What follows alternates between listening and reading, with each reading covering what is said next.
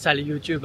Bon, aujourd'hui, nouvelle vidéo, une vidéo un peu spéciale entre guillemets. J'avais pas encore fait ça jusqu'à présent sur ma chaîne. Aujourd'hui donc, on a un invité.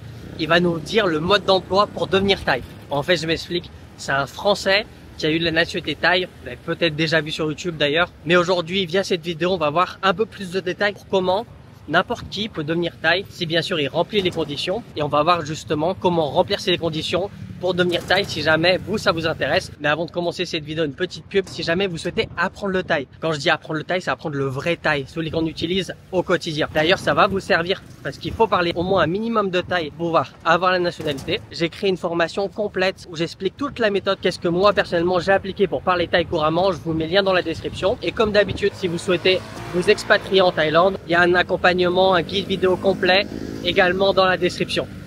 สวัสดีครับ สวัสดีครับคุณทราย ครับช่วยอะไรครับขอแนะนำตัวหน่อยครับ ผมชื่อคุณเชอรี่ครับผม คุณชิริครับ ครับ อายุเท่าไหร่ทำได้ไหม คุณเชอรี่อายุ61 โอเคเบ็ดดูหน้าเด็กมากเนาะ ขอบคุณมาก แต่ว่าความจริงเนาะเป็นคนประเทศอะไร เคยเป็นคนฝรั่งเศสแต่ว่าเดี๋ยวนี้เป็นคนไทย 100% ครับ En fait t'es devenu Thaï. Oui. On va continuer l'interview tout de suite, let's go. Alors, est-ce que tu peux te présenter? Bonjour, je m'appelle Thierry Martineau, français et installé en Thaïlande depuis 1997. Et je suis thaïlandais depuis 2019 exactement. 2019, ça fait 6 ans. Voilà, via cette vidéo, comme je vous disais pendant l'intro, on va voir tout le processus pour devenir thaïlandais. Et puis, qu'est-ce que ça change vraiment une fois qu'on devient Thaï en Thaïlande? Pose un petit endroit par ici. Comme tu veux. Allez, déjà, je voudrais t'expliquer pourquoi j'ai demandé la nationalité et puis comment un petit peu l'idée de départ a commencé. Comme tout le monde, moi je pensais que la nationalité thaï c'était un rêve et que c'était complètement inaccessible, que personne pouvait l'avoir. Et puis un jour, en me retrouvant à l'immigration pour la Xème fois, je discute avec l'officier puis je dis, vous savez, je vous aime bien parce que ça fait plusieurs années que je vous vois, mais j'en ai un peu marre de venir vous voir. Et elle rigole, elle me dit, mais pourquoi vous ne devenez pas Thaï? Alors je lui ai dit, mais en plus il faut commencer par la résidence, etc. Elle me dit, mais non, pas du tout. Vous pouvez demander, vous êtes marié, vous pouvez demander directement la nationalité. À ce moment-là, tu étais déjà marié, tu avais déjà un enfant? Oui, Okay. j'étais marié. Je me suis marié en 99. Ma fille est née en 2000. Mon fils était né en 2004. Donc j'avais déjà des enfants. Voilà. Et donc elle m'envoie à un autre bureau où je discute avec quelqu'un qui me donne des papiers, qui me dit oui, tout à fait, vous pouvez. Voilà, il faut remplir ça. Et puis j'ai commencé à faire les démarches et puis voilà, disons que c'est le point de départ. C'est juste parce qu'on t'a poussé à le faire, tu t'es dit pourquoi pas, ou alors tu t'es dit c'est super intéressant, j'aurais dû le faire plus tôt, ou comment ça s'est passé dans ta tête? Après, une fois que j'ai vu que c'était réalisable, oui, comme tout le monde, je me suis dit j'aurais dû le faire plus tôt. Mais vraiment, ce qui m'a poussé, c'est ça. Je pensais vraiment pas que c'était possible et aussi facile, parce que c'est pas très compliqué finalement. Bah ouais, de ce que j'ai vu, alors tu me reprends si je me trompe, hein, c'est ce que je me souviens. Moi, je suis allé la semaine dernière, il y a 2 semaines. Alors déjà, où est-ce qu'on fait la demande? C'est en face de Central World, c'est Police Headquarter. C'est ça. Alors, la police royale, qui est, il y a toute une division qui est uniquement consacré à ça, à la naturalisation et aux problèmes de nationalité. Bah, je vais expliquer un petit peu moi parce que comme j'y suis allé il y a 2 semaines, déjà j'étais super surpris parce que t'es extrêmement bien accueilli, les gens ils sont super polis, super gentils, helpful, je sais plus comment on dit en français, je perds mes mots. Oui. Moi personnellement quand je suis rentré, déjà j'étais accompagné de ma femme, est-ce que toi t'étais accompagné de ta femme? Ou t'es allé tout seul? Oui. Non, je suis allé. Alors moi, à l'époque, j'avais pris l'aide d'un avocat qui m'a aidé à remplir les papiers. Et puis bon, j'étais allé bien évidemment avec cette personne-là pour la première fois avec mon épouse. Mais c'est la seule fois que je suis allé avec cet avocat parce qu'il m'avait laissé en route. Donc le reste, j'ai tout fini tout seul. D'accord. Du coup, je suis arrivé, on s'est posé dans un bureau. C'est une toute petite salle. Il m'a demandé les papiers. Moi, j'avais prévu plein de papiers parce que c'est déjà quelque chose que je prévois de le faire depuis 2-3 ans déjà. Mais voilà, comme je me presse pas, comme on a eu la conversation un petit peu avant, c'est bien d'avoir un objectif, mais c'est pas une course. Non, ça, c'est c'est pas une course parce que c'est quelque chose qui se fait sur la durée.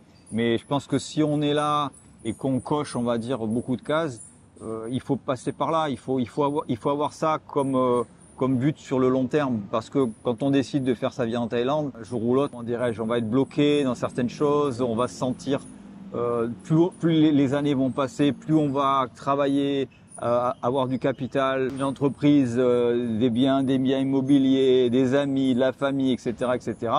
Ce sentiment d'insécurité du fait d'être ici grâce à un tampon sur son passeport grandit. Moi, j'étais là depuis des années, je voyais tout ça et plus ça allait, plus je me sentais en insécurité, quoi. Donc oui, il faut le faire, faites-le. Donc il y a un petit peu deux, on va dire, chemins pour avoir une nationalité. Le premier, c'est pour les personnes non mariées. Ils vont devoir passer par le Permanent Residency, donc c'est un peu le visa à vie en Thaïlande. D'ailleurs, j'avais déjà fait une vidéo sur les documents nécessaires. Donc ça, ils doivent passer d'abord par cette étape pour ensuite faire une demande de nationalité. Il faut attendre plusieurs années. De mémoire, je crois que c'est 3 ou 5 ans. On va voir tout de suite les critères. Donc, c'est 3 ans de visa et work permit sans interruption. Quand on est marié à une Thaï et qu'on a un enfant, on n'est pas obligé d'avoir tout de suite un enfant. Mais de mémoire, ça aussi, c'est à vérifier. Si on n'a pas d'enfant, il faut être marié minimum 3 ans. Mais si on a un enfant, 1 an suffit avant de faire la demande, hein, bien entendu. Et salaire minimum, donc 40 000 bahts. Après, il y a un système de points. Moi, à la base, parce qu'on a discuté un petit peu avant, je pensais que c'était vraiment strict le système de points. Et en fait, tu me racontes que pas du tout.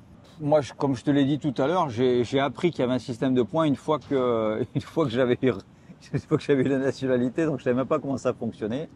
Et effectivement, c'est toujours pareil. La Thaïlande, il y a quand même un facteur humain important. Je pense qu'il se base beaucoup sur les rendez-vous qu'on a, puisqu'on est reçu plusieurs fois.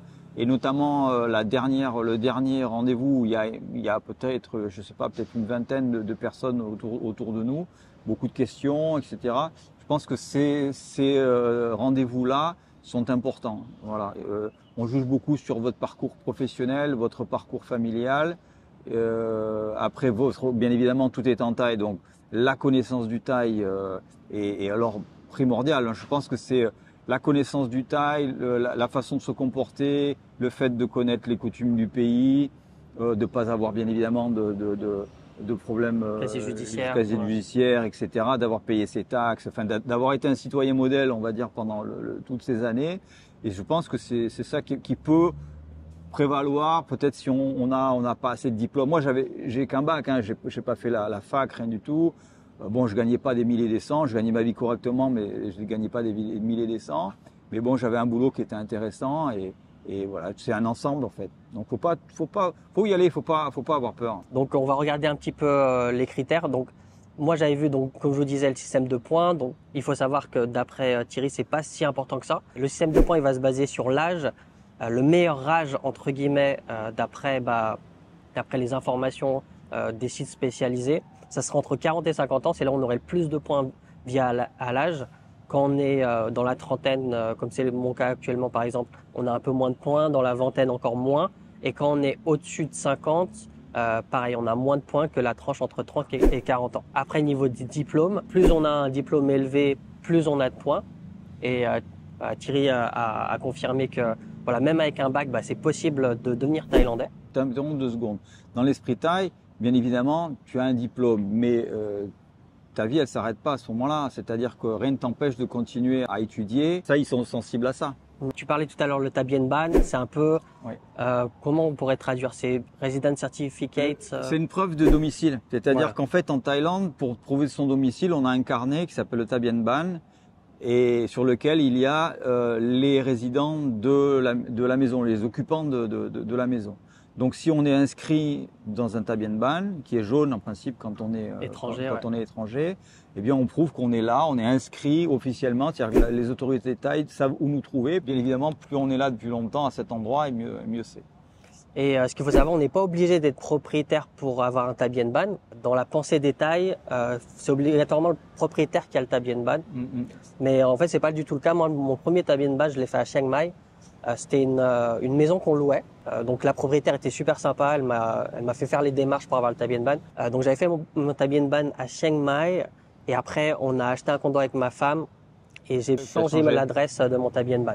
Tout à fait. Donc Tha Bien Ban, c'est une preuve de résidence. T'es pas obligé d'être propriétaire, bien évidemment. Ensuite, donc la connaissance de la langue. Donc tu parlais thaï toi avant que tu fasses la demande. Oui. Est-ce que tu déjà commençais à lire, écrire? Alors, un petit peu. Je déchiffrais un petit peu. Bon, maintenant, je vais un peu mieux, mais j'ai des lacunes. Je parle bien évidemment bien mieux que ce que je lis. Est-ce que tu avais une grande connaissance de la Thaïlande? Parce qu'apparemment, il y a des points à ce sujet-là. Non, mais les questionnaires, parce qu'il y a un questionnaire. Donc, en gros, c'est les provinces, le nom du roi, etc. Monarchie, quel type de constitution. Enfin, c'est des questions qui sont finalement assez basiques. C'est en Donc, QCM ou c'est c'est en QCM. Ok, en QCM. C'est une page, hein, c'est une feuille. Hein. Enfin, à l'époque, Ok. c'était comme ça. Maintenant, je sais pas comment c'est, mais je pense que c'était pour quelqu'un qui sait lire un niveau scolaire. Alors, bien évidemment, ça c'est archi important. Je veux dire, à tous ceux qui veulent faire cette démarche, apprenez le thaï à fond et surtout, apprenez à lire. Ah oui, il y a également deux témoins qui doivent être présents au moment de faire la demande.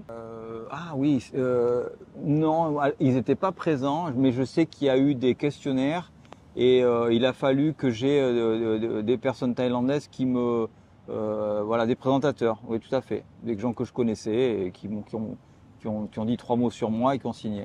D'accord, t'as pris des gens que tes voisins, Ouais, non, j'ai vraiment pris tes amis. mon staff, et une personne, je crois que c'était de mon staff, et puis quelqu'un d'autre qui était de la famille de mon ex-femme. D'accord, parce que moi j'avais demandé, ça a dû changer. Justement, j'avais demandé est-ce qu'on peut prendre des personnes de la famille de ma femme, et il m'avait dit non, c'est mieux d'avoir des personnes extérieures du centre familial. Ouais. Te demande de récupérer des documents à la mairie par rapport à ton mariage et à l'ambassade. Effectivement, il y a tous les documents qui ont attrait à notre vie, le mariage, les enfants, les extraits de naissance, le boulot, la société, les comptes bancaires, les comptes bancaires de la boîte, enfin tout. Ils épluchent absolument tout. Et puis au niveau de l'ambassade, ils demandent en fait qu'on aille à l'ambassade de France et qu'on fasse ce qu'on appelle une lettre de renonciation. C'est-à-dire qu'on dit, ben voilà, je souhaite prendre la nationalité thaï et donc je préviens l'ambassade de France que je renoncerai à ma nationalité française. Donc ça, c'est une lettre qu'il faut faire par l'ambassade de France et qu'il faut joindre au dossier. Est-ce que c'est difficile à faire cette lettre ou pas du tout? Non, pas du tout. Ils ont l'habitude, ils la connaissent, ils ont les exemples, quoi. Il y a juste à signer en bas. Bon, on en reviendra exactement Après. sur ce que ça veut dire. Alors donc, il y a plusieurs étapes donc quand on fait la demande de nationalité. Donc la première, c'est quand on arrive là-bas et on parle pour prendre les documents, ils apprennent un petit peu à te connaître. C'est ce qu'on appelle l'interview unofficial. Après, tu me dis hein, si je me trompe, apparemment il y a une interview officielle donc qui se fait faire au même endroit, donc police headquarter, c'est ça? Mm-hmm.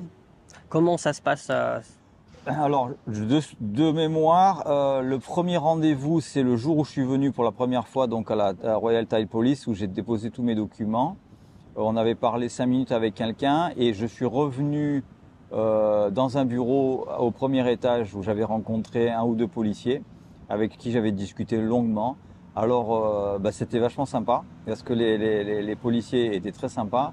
Et puis surtout, bon, je parle thaï, enfin, je parle un peu mieux maintenant parce que ça fait quand même pas mal d'années. Je vous parle quand même, ce dont on parle aujourd'hui, ça a 12 ans pour moi.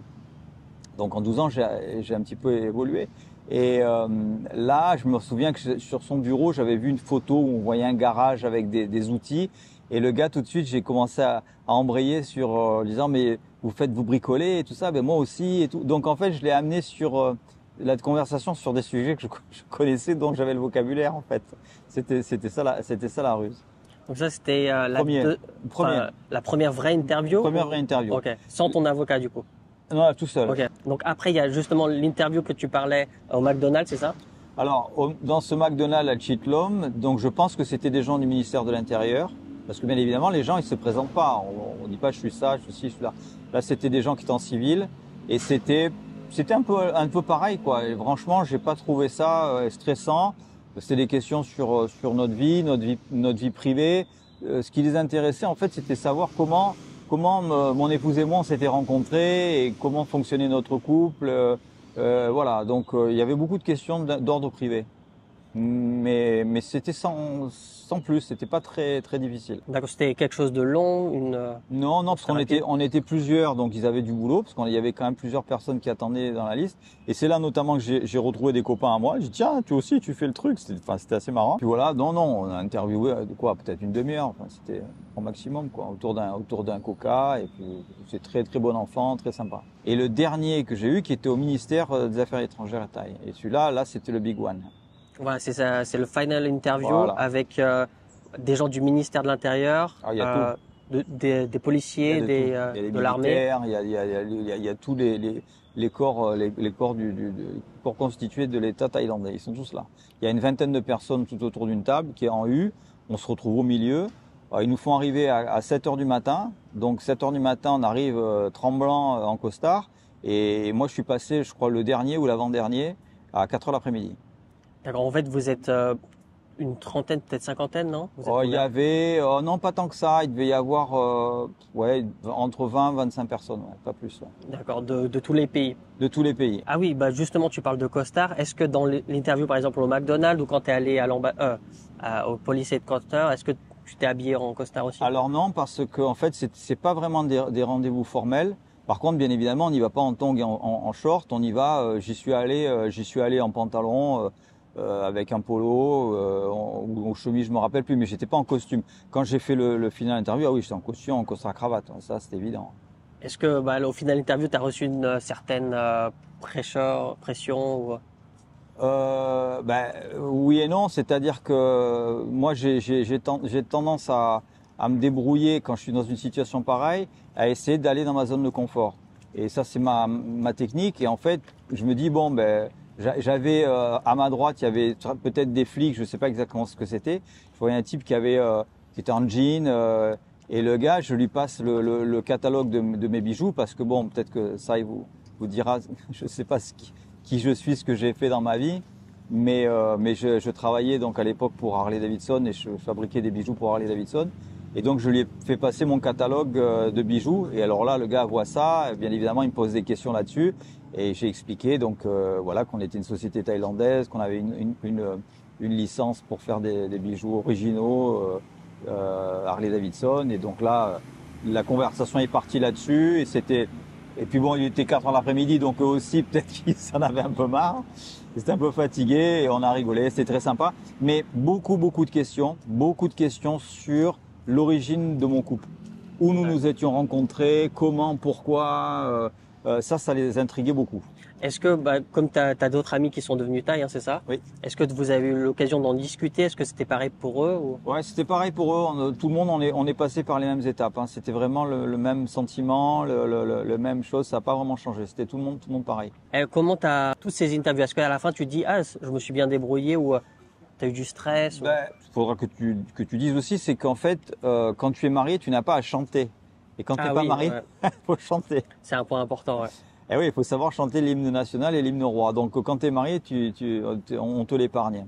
Voilà, donc ça c'est important. Ça se passe au dernier rendez-vous là. Tu l'avais appris quand même au cas où? Je l'avais appris au cas où, mais bon, j'ai pas eu à le faire. Voilà. Et en sortant de ça, oui, bien évidemment, c'est comme quand on sort d'un examen à l'école, on se dit est-ce que je l'ai eu, je l'ai pas eu, est-ce que ça a marché, pas marché, j'en sais rien. Une chose que je me rappelle bien, c'est que pendant le grand interview, il y a une dame à ma droite qui était restée silencieuse et qui vers la fin me pose la question, me dit est-ce que ça ne vous dérange pas de perdre votre nationalité française? Ah, t'as répondu quoi? J'ai répondu, j'ai dit non, ça me dérange pas parce qu'en fait moi ma vie est en Thaïlande, mes enfants sont thaïs, mon entreprise est en Thaïlande, tous mes amis sont là, donc ça ne me dérange pas. Le QCM, tu l'as eu donc à la première vraie interview oui. à Siam Square. Oui. Et est-ce que tu as eu un autre test à la finale interview? Non. Ok, rien du tout. Rien du tout. Et tu as eu uniquement un QCM ou on t'a demandé de lire un texte Non, on m'a demandé un QCM auquel j'ai répondu. Alors est-ce que j'avais répondu juste ou pas, j'en sais rien. Mais j'avais répondu. Ouais, parce qu'il faut savoir que tu n'as jamais de retour des interviews, ils disent pas. Tu sais jamais, non. Donc on est stressé, mais on se dit on verra bien. Donc et puis on attend. On attend, je sais plus combien de temps, presque 6 mois encore, je crois. Ah oui, après le dernier interview, encore 6 mois, avant d'avoir juste la réponse. Hein. La réponse. Déjà, pour savoir si j'avais été accepté, il fallait attendre ce qu'on appelle la Royal Gazette. Donc la Royal Gazette, c'est le document officiel du gouvernement thaïlandais dans lequel ils annoncent eh bien les candidats qui ont passé et qui ont obtenu la nationalité thaï. Et c'est en fait ce document qui est la Royal Gazette qui fait foi en fait. On te prévient que ça va passer à la Gazette Royale ou c'est à toi de regarder? Ah non, c'est à toi de regarder. Ah oui, donc si ça se trouve, si tu fais pas attention, tu l'as depuis 4 mois, tu ne sais pas. Non mais bon, en règle générale, tu regardes. Mais comme tu m'as dit, il s'est passé presque 6 mois. Ça veut dire pendant 6 mois après l'interview? Non mais ça sort, je sais plus tous les combien, mais ah d'accord. Tu sais, ça fait longtemps tout ça, donc il me manque encore quelques bribes quelques passages. Hein. Donc c'est avec ça, on va donc au bureau, il nous appelle, donc on voit ce document-là pour la première fois, on se dit ah il y a mon nom dessus, c'est extraordinaire. Et puis la convocation, donc on retourne en fait case départ, c'est-à-dire qu'on retourne à la Thai Royal Police à Siam Square, et là on va faire le serment au roi. Voilà. Tu rencontres le roi? C'est un grand moment. Non, la photo uniquement. Okay. Uniquement la photo. Donc on nous demande de poser la main, moi étant catholique de tradition, donc j'ai posé ma main sur la Bible. Et on m'a demandé de répéter un serment en thaï au roi. Donc je suis aujourd'hui un sujet de Sa Majesté. Donc là on prête serment et après on vous fabrique un document qui est un grand carton avec votre photo, des signatures partout et qui dit voilà c'est votre certificat de nationalité thaï, de naturalisation. Et ce document faut le mettre au coffre, faut le garder parce que c'est avec ce document-là qu'on va après au district faire sa carte d'identité, faire son passeport, etc., etc. Quand on sort de là, donc on a des papiers, on a prêté le serment, on se dit je suis thaï, mais tant qu'on n'a pas la carte d'identité, on l'est pas complètement en fait. Donc on attend en fait la carte d'identité et le passeport. Donc ça, une fois que c'est fait, il y a une espèce de jubilation en se disant on a envie de le montrer à tout le monde, en disant regardez, ça y est. Moi, je m'amusais à dire aux gens parce que moi, quand on parle thaï, souvent les thaïs, tu connais, hein, ils te disent ah mais tu es thaï, et je leur dis bah oui, je m'appelle Somchai. Alors il se marre, j'ai dit mais tu veux parier combien que je suis thaï? Donc bon, je l'ai fait plusieurs fois, puis après bon, on passe à autre chose. J'avais vu aussi une fois dans les commentaires des gens qui disaient ouais de toute façon il a les papiers mais il sera jamais thaï. Alors oui, il a raison, on sera jamais thaï. Pour les thaïs on sera toujours un étranger, sauf que pour les papiers on est thaï. Donc ça veut dire qu'on est intégré dans la société, c'est-à-dire qu'on peut avoir sa société, on peut avoir son terrain, on peut voter, on est thaï comme un thaï. Justement. Tu dois faire un document auprès de l'ambassade de renonciation de ta nationalité. Est-ce que tu as perdu ton passeport français? Alors non, j'ai pas perdu mon passeport français. Il y a un flou, si tu veux, là-dedans. C'est qu'en fait, la double nationalité, elle n'est pas vraiment acceptée, elle est tolérée. Ça, c'est d'une chose. Mais il y a quelque chose d'absolument très important, c'est qu'il ne faut surtout pas se réclamer de son ancienne ou de sa deuxième nationalité quand on est en Thaïlande. C'est-à-dire que à partir du moment où j'ai été thaï, je suis allé tout de suite voir les banques, parce que j'ai des comptes en banque dans plusieurs banques, avec ma carte d'identité, j'ai mis mes informations à jour absolument partout. C'est-à-dire je suis en Thaïlande, je suis thaïlandais. Point. Il m'arrive, je fais n'importe quelle bêtise. Imaginons, j'ai bu un coup de trop, je me fais arrêter. Je vais pas courir à l'ambassade de France pour me demander ma protection, quoi. Je suis thaï et si je fais le con, je vais en prison avec les Thaïs. Donc voilà. Donc ça, c'est vraiment la faute à ne pas commettre, c'est de continuer à se revendiquer de l'autre. Voilà. Mais en dehors de ça, personne n'est venu me dire bon, faut déchirer votre passeport. Je sors de Thaïlande avec mon passeport thaïlandais, j'arrive en Europe avec mon passeport français et je fais l'inverse en revenant. Voilà. Il n'y a pas personne ne me demande quoi que ce soit. D'accord, parce qu'en fait, au moment où tu as eu tous tes papiers thaï, donc carte d'identité, passeport, ta BNB bleu, à ce moment-là, t'es plus jamais allé à l'ambassade de France. Alors, un truc qui était assez jouissif, c'est même pas l'ambassade de France. Enfin, si, j'y suis allé pour d'autres choses, hein, justement pour refaire mon passeport français quand il était expiré. Ah oui, ouais. Mais il y a un truc qui est absolument extraordinaire, c'est le moment où tu vas à l'immigration pour la dernière fois. Ah oui, justement, comment ça se passe Alors oui, parce que le jour où tu es devenu thaï, il faut que tu ailles à l'immigration pour faire annuler ton visa. Et là, tu vas avoir le fameux officier que tu vois depuis 20 ans. Et tu le vas avec un grand sourire, tu vas, et puis il est là, il te met des coups de tampon et il te marque ton visa donc qui était en cours, donc il est annulé. Et je me souviens d'une scène anecdotique avec donc mon ex-femme, on va à la cafétéria à manger donc après ça, Et en sortant de la cafette, on croise un type, c'est un Américain, je sais pas ce que c'était, avec l'air très très soucieux, avec ses papiers, tu sais, quand tu dis est-ce que j'ai tout, tu sais. Ou alors on va faire une nouvelle photocopie, Voilà. il faut que tu refasses la queue. Et on voyait passer ce mec comme ça, et on s'est regardés tous les deux, on a éclaté de rire, quoi, parce qu'on s'est dit, bah voilà, c'est fini pour nous. Donc ça, c'était un grand moment, ouais. Est-ce que ça a été compliqué de faire tous ces changements administratifs? Donc, par exemple, changer ta banque, etc. Non, pas du tout. On fait un par an, on va à la banque, on leur dit voilà, voilà ma carte d'identité. Donc il faut retourner avec son passeport, bien évidemment français, parce qu'eux ils se basent sur le numéro de passeport qu'on avait rentré à l'époque où on avait créé le compte. Et puis ils font les changements dans leur truc. Ça va durer une demi-heure et puis après on ressort, et puis c'est terminé, c'est fini, quoi. Comment tu as vraiment vécu le processus? Est-ce que tu t'étais en stress ou En sortant, pendant tout ce temps, en fait, non, j'étais pas en stress parce que ça devient quelque chose qui est en espèce de background, quoi, qui tourne derrière nous. On se dit peut-être qu'ils nous ont oubliés, peut-être que parce qu'on n'a pas de nouvelles pendant des mois. Moi, le process a duré 6 ans, hein, quand même. Et puis donc on n'y pense pas. Et puis après on a la bonne surprise, quoi. C'est juste, faut le lancer.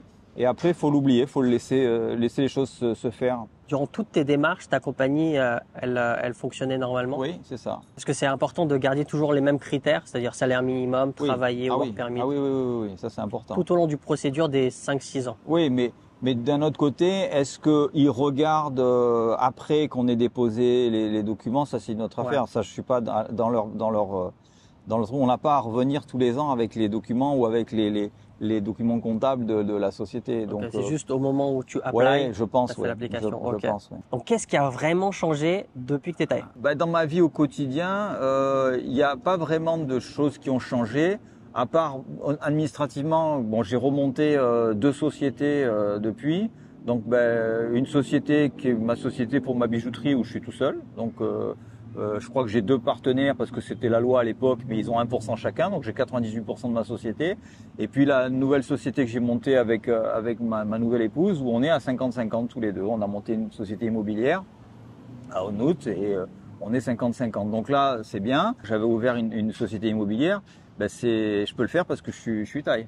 C'est-à-dire que les Français, enfin les étrangers n'ont pas le droit de posséder une société immobilière. Ah bon, je savais pas. Non, même à 49%? Non, c'est interdit. Le métier d'agent immobilier est interdit aux étrangers. D'accord, je savais pas. Après, c'est des montages. Ils sont conseillers, ils sont ci, ils sont là. Mais comme moi, propriétaire de sa boîte, tu vois, plein de propriétaires, j'ai 50%. J'aurais pu avoir 100%, quoi. Après, ma maison m'appartient, le terrain est à mon nom, voilà, quoi. Donc tout ça c'est bien. Ce qui change en fait au quotidien avec le rapport avec les gens, il n'y a pas de grand changement parce qu'ils vous voient toujours pareil.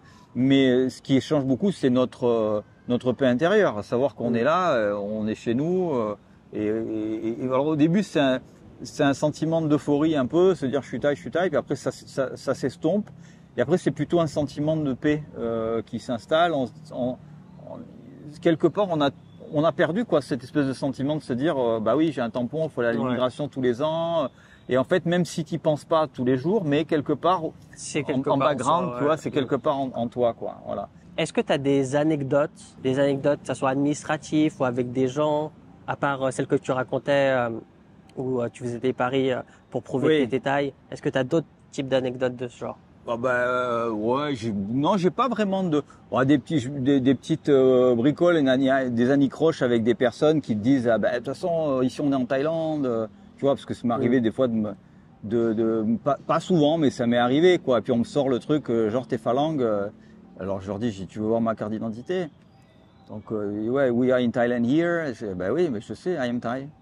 Et là tu les scotches, hein, quand même. Hein. Je t'avoue que j'imagine. Voilà. Parce que là, en fait, il faut dire une chose aussi qui est importante, c'est que 2019, l'année où j'ai eu ma nationalité, c'était une année faste, on va dire, pour les naturalisations. Il y en a eu 450 ou un truc comme ça.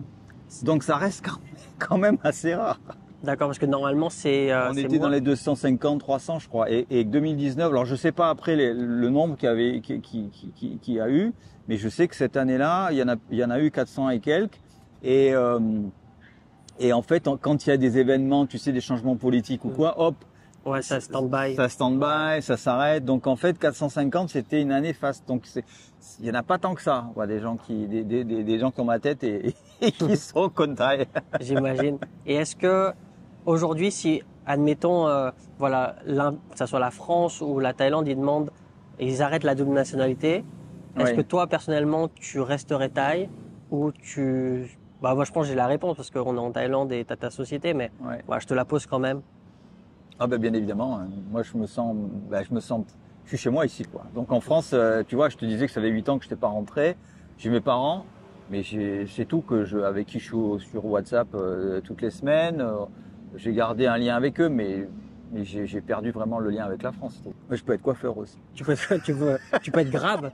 Ouais, je peux être grave. Tu sais que j'ai pensé à un moment donné, pour déconner, je vais faire grave pendant un mois ou. Moi, j'aurais fait ça juste pour rigoler. Pour rigoler. Juste pour la tête des gens. Ouais, c'est ça. Ou mettre un petit truc dans la rue, vendre des phalanges ou vendre des tomates. Et tu sais, je te disais tout à l'heure que j'ai étudié les tarots et que j'essaie de devenir tarologue dans les années qui viennent. Mais j'ai pensé à aller sur un marché et le faire. Et qu'on vienne me dire, monsieur, vous n'avez pas le droit, vous êtes phalangue. Et tu sais, non, je suis taille. Ça, c'est. Bon, après, je sais pas si je le ferai, mais c'est marrant. Et donc, niveau de la langue, est-ce que j'ai cru comprendre que malgré que tu as eu la nationalité, tu as continué à l'apprentissage de la langue? Oui, j'ai fait un petit stage à l'université à Shula pour un peu plus apprendre à lire notamment. Bon, écrire, on peut s'amuser, mais écrire, c'est vraiment anecdotique parce qu'on n'écrit jamais, quoi. On tape au clavier. Ouais, voilà. Mais apprendre à lire, c'est vachement bien parce que bon, déjà, tu te débrouilles dans la vie. Tu sais lire des documents, tu sais les étiquettes, les choses. Mais bon, tu sais lire, quoi.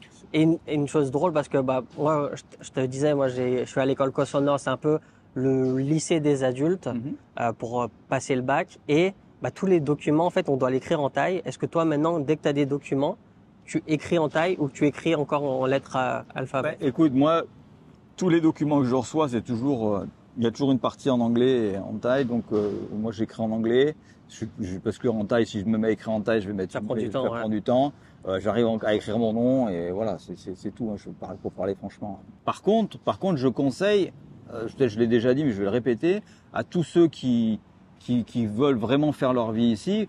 Mettez-vous ça dans la tête et faites les démarches, faites tout ce qu'il faut, apprenez la langue, mettez-vous ça en but, quoi, en but ultime, parce que vraiment, quand on est ici, un jour ou l'autre, la question se pose. Donc, le plus tôt on le fait, le mieux c'est. Ouais, puis comme tu disais, ça se prépare. C'est pas du jour au lendemain, on se dit je vais appliquer, je vais devenir thaï. C'est un long processus avec des documents, même s'ils sont pas très compliqués, les documents à avoir. En fait, c'est surtout faut travailler en Thaïlande. C'est ça. Je crois que c'est pas possible d'être retraité, de devenir thaï. Je crois pas, non. Il faut payer des taxes, être employé, et à partir de là, on peut faire le processus. Voilà. Et parler bien la langue surtout. La clé, je crois que c'est de toute façon parler. Si on parle, on lit, on écrit. Alors là, déjà, on est vraiment déjà loin, quoi. Donc c'est déjà bien. On a de l'avance, quoi. Oh, c'est rassurant. Est-ce que tu as quelque chose à rajouter, que ce soit personnel ou aux gens qui regardent les vidéos? Non, moi, à toi, je te fais un message de félicitations pour te dire que tu présentes la Thaïlande. Quand on vit depuis si longtemps comme moi, qu'on a pris la nationalité, c'est-à-dire qu'on a un amour inconditionnel pour ce pays. Je vois beaucoup de vidéos qui passent, de types qui sont là depuis 6 mois et qui se disent experts en Thaïlande et qui vont expliquer aux uns aux autres. Donc, moi, je préfère des démarches beaucoup plus humbles et comme la tienne, ou avec des gens qui apprennent la langue, qui la parlent, qui sont là depuis quand même un petit moment, avec énormément de respect pour le peuple thaïlandais qui nous accueille et puis ce pays, quoi, qui est un pays extraordinaire, des gens qui sont extraordinaires. Personne nous attend ici quand on arrive. C'est vraiment à nous de faire tout ce qu'il faut pour nous intégrer, pour faire les choses dans les règles de ce pays. C'est pas au pays à s'adapter à nous, c'est à nous à nous adapter à 100% à ce pays. Et quand on traite la Thaïlande et les Thaïlandais avec respect, amour et humilité, eh bien ils nous le rendent vraiment bien, quoi. Voilà, on est heureux quand on est ici. Grand merci à toi de ce message. Merci d'avoir participé à la vidéo parce que voilà, à la base, moi je voulais le rencontrer pour un savoir personnel. quand j'avais vu son interview. Donc c'est quelque chose d'extrêmement inspirant. Voilà, je voulais avoir ses conseils, son avis, son expérience, parce que dans ma tête, je me suis toujours dit, peut-être c'est un peu tôt parce que je suis jeune. Je pensais que c'était extrêmement strict en fait les points, mais voilà, d'après ce qu'il me dit, pas du tout. Donc voilà, c'est un projet que je vais mettre en place peut-être plus rapidement que je l'aurais pensé.